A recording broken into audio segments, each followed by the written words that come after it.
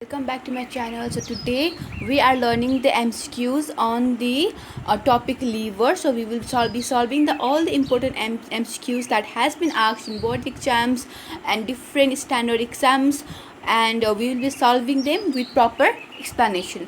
So the first question that we have today here is the true statement regarding the base area of the liver. So the superior surface of the liver,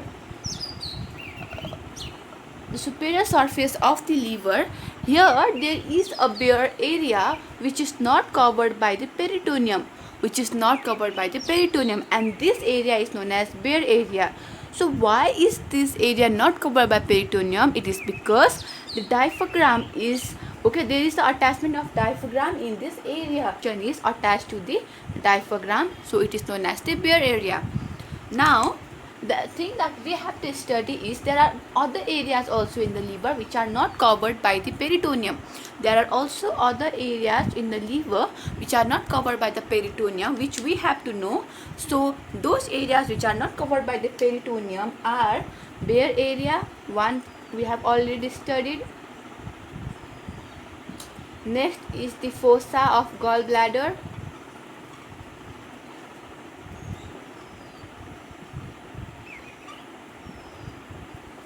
And then is the groups for inferior vena cava,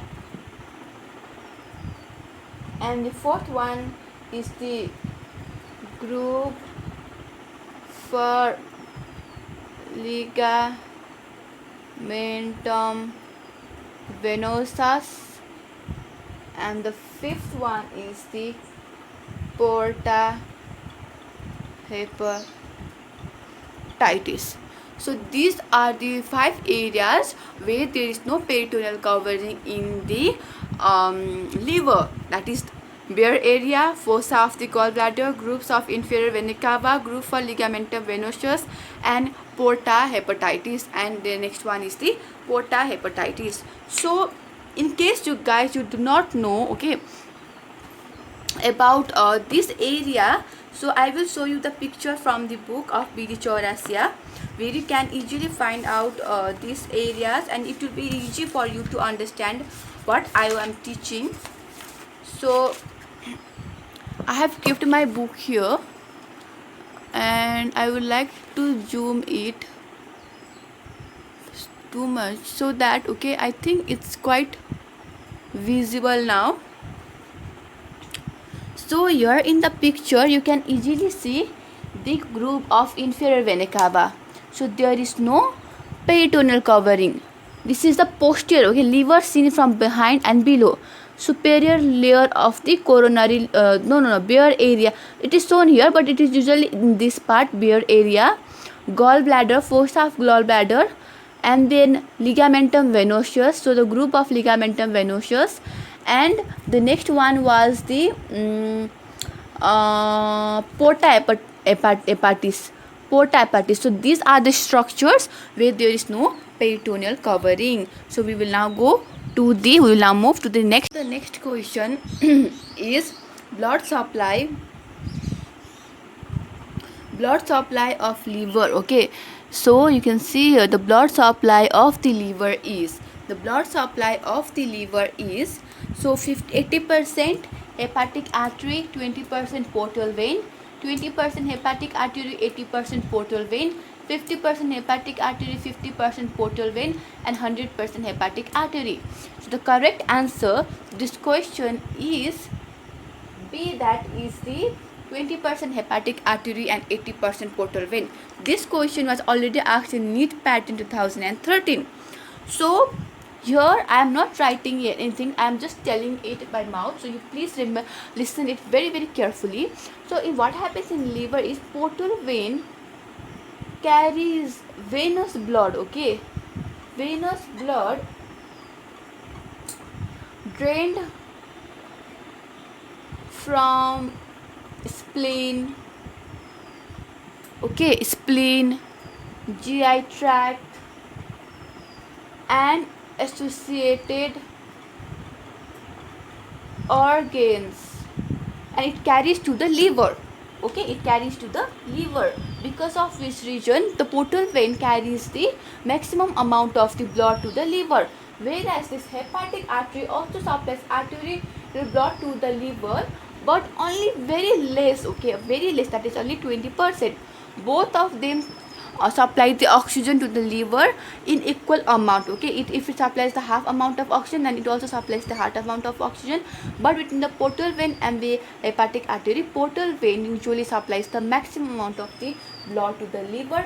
Liver receives a dual blood supply from both the hepatic portal vein and the hepatic arteries, okay. So this is what about the blood supply of the liver. If you have any question, confusion, then you can go in the BT Chaurasya book and again learn in the depth. So our question number 2 is solved. Now we will go to question number 3. Question from the topic liver. That question number 3 is ligamentum teres is the remnant of.